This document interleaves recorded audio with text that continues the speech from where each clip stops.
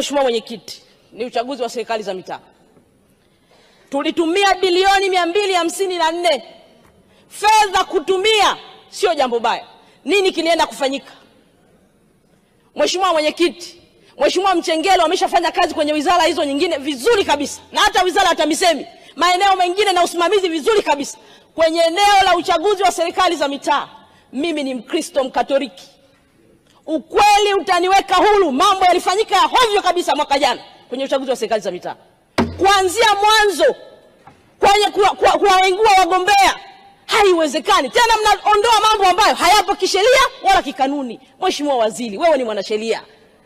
Eti mnasema form moja sehemu aliyojaza anajua kusoma Kiswahili, kwamba eti alipiga tiki sehemu ya pili kwamba anajua na Kiingereza, kwa alikosea kujaza form. Hilo jambo linamuondoa mgombea. Naomba niwaambie, amani tunayoimba, amani ni tunda la haki.